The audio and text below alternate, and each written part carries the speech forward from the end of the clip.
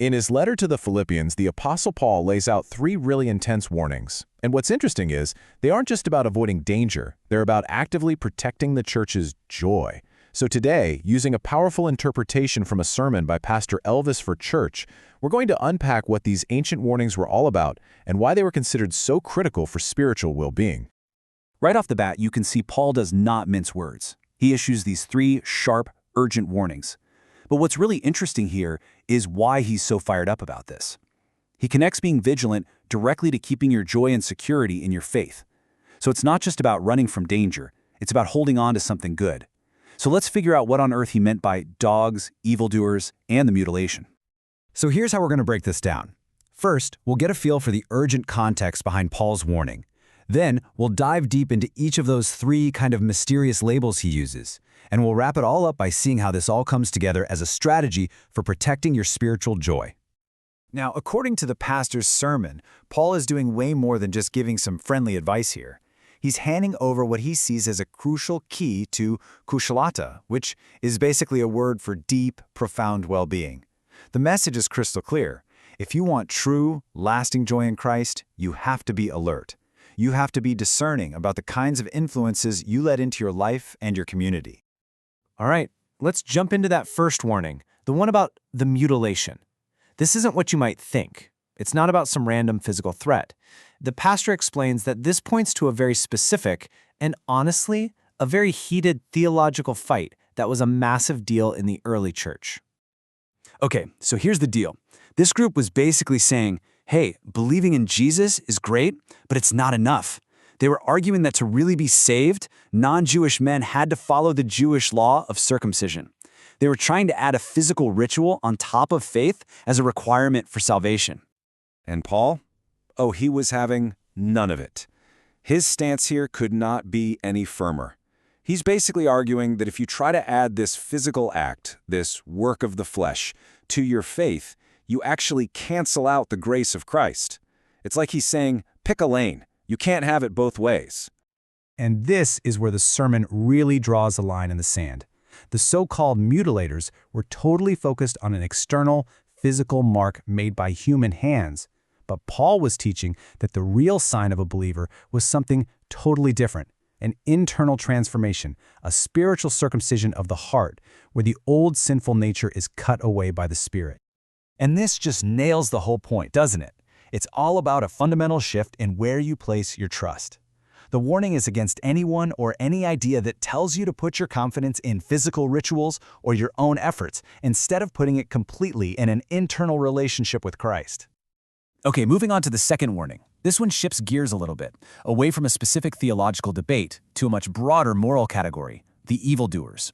Paul tells the church to be just as cautious of this group. But what exactly did he mean by evil? So what are these evil works? Well, according to the pastor, Paul isn't just talking about, small slip-ups or everyday mistakes. He's pointing to something much deeper. Sins that aren't just external actions, but ones that come bubbling up directly from the inside, from a person's heart. Yeah, the source points right back to what Jesus himself said in the Gospel of Matthew. It's these things, the evil thoughts, the adultery, the greed, these are what truly make a person unclean. It's not about what you do or don't do on the outside, but about the corrupt intentions and desires that start from within. And to really drive the point home, the sermon brings up this famous verse. It gives us a perfect example of how an internal corruption, the love of money, becomes the root that sprouts all kinds of external evil actions. So the warning is to be wary of people whose lives are driven by these kinds of corrupt inner motives. All right, on to the third and final warning. And, this one uses a word that sounds, pretty shocking to us today, dogs. But the pastor explains that to get what Paul is saying, we have to look at it through the specific cultural and scriptural lens of that time, not just as a random insult. Here's what's so important to get. In that culture, this word signified a boundary. It was used to draw a really sharp line between the insiders of the faith community and the outsiders, those who were often unreceptive or even openly hostile to their message. And to show how this term was used, the sermon points to that really famous story of Jesus and the Canaanite woman. In the language of that day, you see this clear distinction being made between the children of Israel and the Gentile dogs. So Paul's warning, in this light, is a call for caution when dealing with those who stand outside the faith. This interpretation takes it a step further, connecting the term dogs directly to people who are actively hostile to Christ.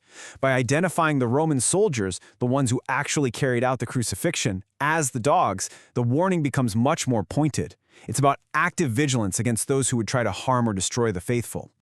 Okay, so let's recap. We've got three very different groups to be wary of. The legalists who add rules, the evildoers driven by a corrupt heart, and hostile outsiders. So how do these three warnings all fit together? What's the final lesson here? When you put it all together, the message from the sermon really boils down to these three big ideas for staying spiritually sharp. First, prioritize relationship over ritual. Second, learn to spot evil by its root, not just its outward actions.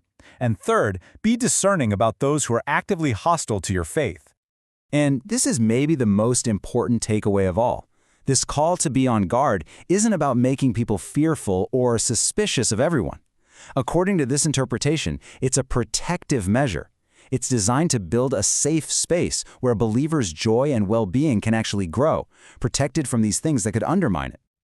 And that really leaves us with a big question, doesn't it? In our world, which is just flooded with competing ideas and beliefs, how can ancient warnings like these still guide us in being discerning? It's a challenge that's just as real today as it was in Paul's time. Thanks for digging into this with us.